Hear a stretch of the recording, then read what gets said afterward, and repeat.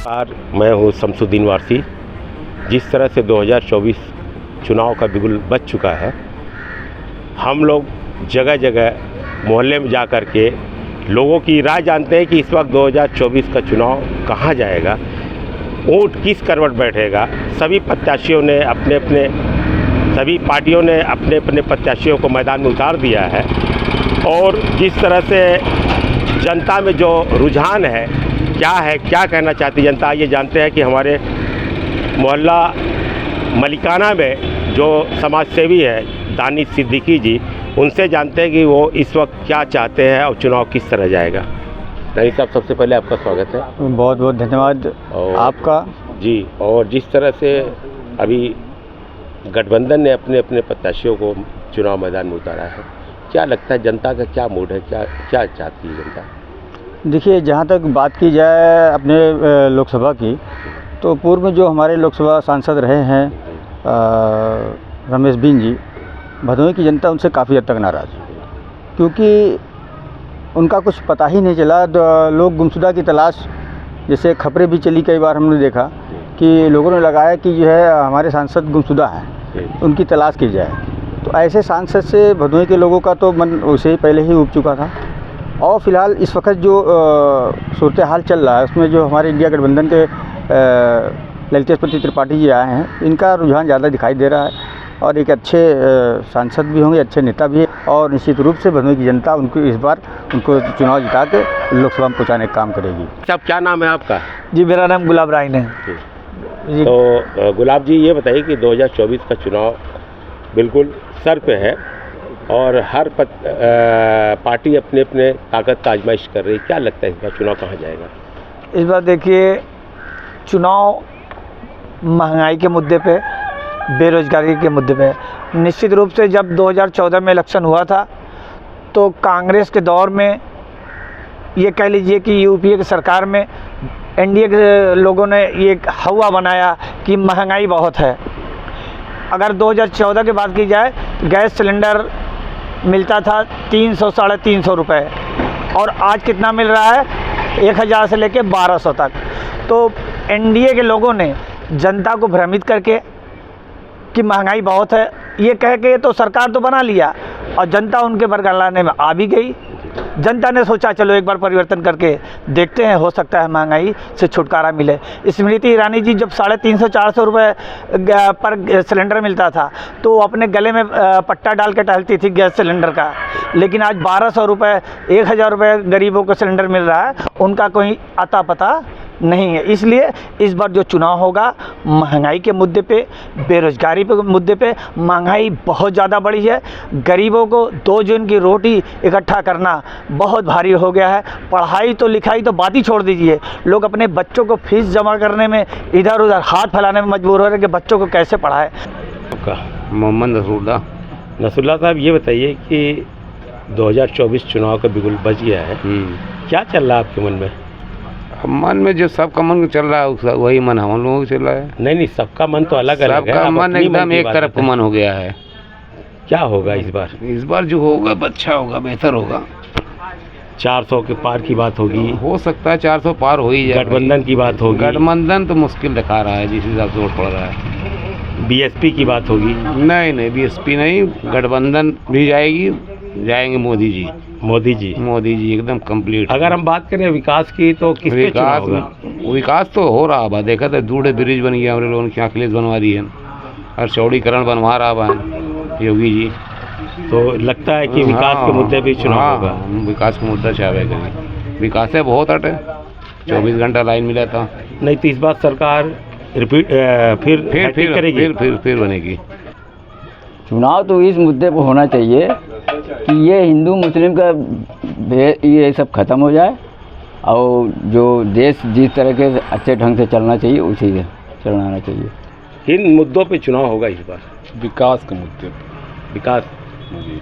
तो क्या लगता है कि जो वर्तमान सरकार है उसने विकास किया है? बहुत अच्छा विकास किया जी, चाहे युवा के लिए हो चाहे बुजुर्गों के लिए, हर चीज़ के लिए किया उसने। नहीं, 2 करोड़ के लिए किया है। 2 करोड़ नौकरी को मिला तो मिल ही रहा है, मिल रहा है। तो जिसका वो होगा भाई क्षमता उस हिसाब से पा रहा है। क्या लगता है कि 400 जो हमारे प्रधानमंत्री कह रहे हैं बिल्कुल आएगा, आवास दिया उसने, जगह जगह सड़कें भी बनी हुई है और गैस चूल्हा दिया गरीबों को और बुज़ुर्गों को पेंशन दिया, वृद्धा पेंशन विधवा पेंशन उसको बढ़ोतरी किया उसने, उसमें भी। तो लगता है ये सरकार अच्छी है? बिल्कुल अच्छी है, मतलब ये हैट्रिक करेगी? बिल्कुल हैट्रिक करेगी। क्या नाम है आपका? जी, मेरा नाम मोहम्मद रईसू खान है जी।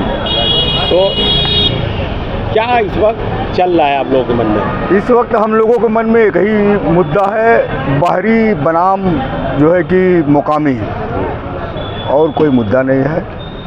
क्या होगा चुनाव में? चुनाव में क्या होगा, लड़ाई देखिए यहाँ पे। अब लड़ाई जो है कि जो भी लड़ेगा बहुजन समाज पार्टी से ही लड़ेगा, और कोई लड़ाई नहीं है। वो यहाँ के स्थानीय है, और बाकी कोई मिर्ज़ापुर से आया है, कोई बनारस से आया है।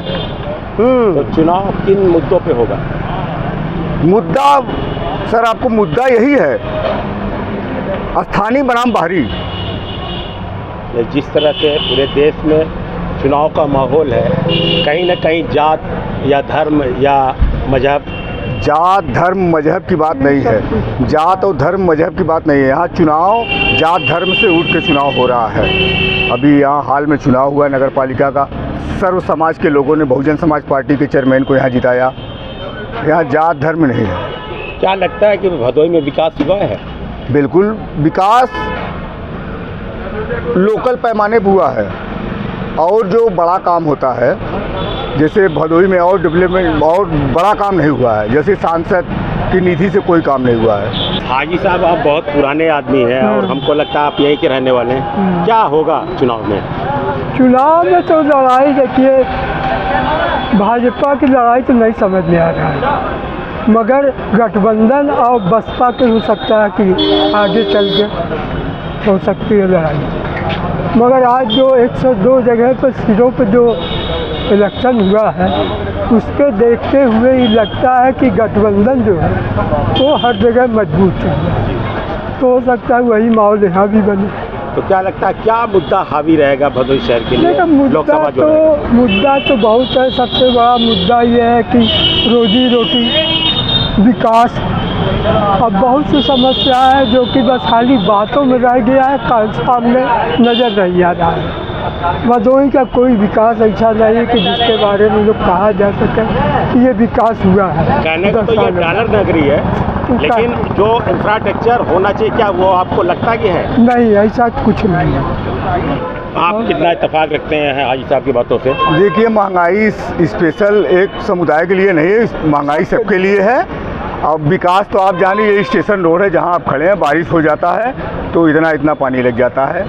सारे लोग जानते हैं विकास कुछ नहीं है यहाँ पे। यहाँ बस एक ही भदोही में एक ही मुद्दा है, स्थानीय बनाम बाहरी।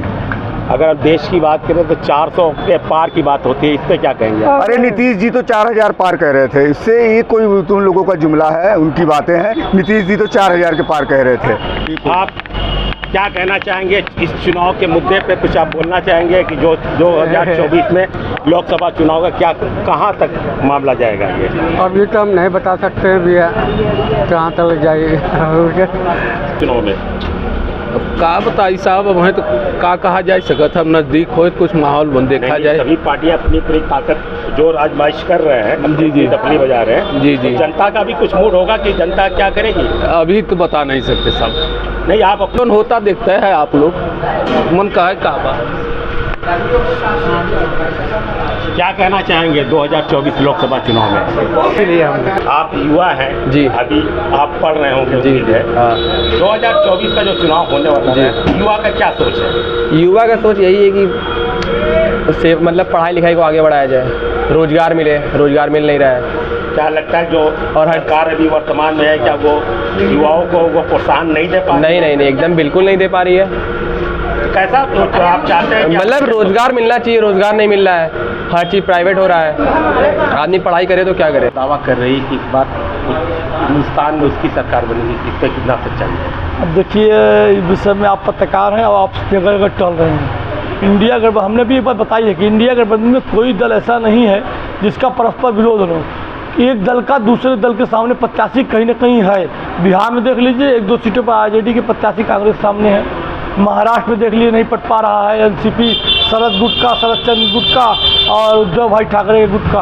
तो ममता बनर्जी के सामने कांग्रेस है, वहाँ केरल में एनसीपी अरे वो सीपीआई और माकपा कांग्रेस के साथ में लड़ रहे हैं, यहाँ विरोध लड़ रहे हैं। तो ऐसे नहीं चलेगा, ये चलना भदोही में कोई मतलब नहीं इंडी गठबंधन का। आप देखिए 3 लाख भाजपा जनता पार्टी, ठीक है, 3 लाख वोटों से इंडी का कोई मतलब नहीं है।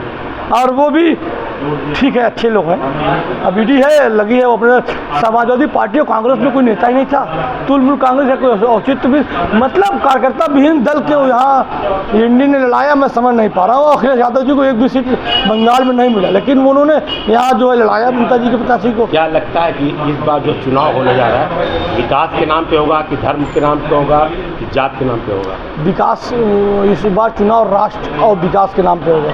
राष्ट्रीय चुनाव है, राष्ट्र और विकास के नाम पे होगा और सारे लोग मोदी जी के हाथों को मजबूत करेंगे और इस राष्ट्र को, भारत माता को परवरों पर ले जाने के लिए काम करेंगे। भदोही की जनता से क्या अपील करेंगे? मैं भदोही जनता से अपील करूंगा कि भदोही को एक जो है इस देश के विकास की कड़ी में एक माला पिरोने का काम करें। और इस बार इतने वोटों से, जैसे राजनाथ सिंह ने 5 लाख वोटों से रखा है, और मोदी जी का ये है कि इतना वोट पा जाएगी जितना वोट पड़े 90% वोट मोदी जी को मिल जाए। तो हम ये अपील भदोही में करते हैं कि हम लोग भी इस बार रिकॉर्ड मतों से भारतीय जनता पार्टी एनडीए प्रत्याशी को जिताने का काम करें। और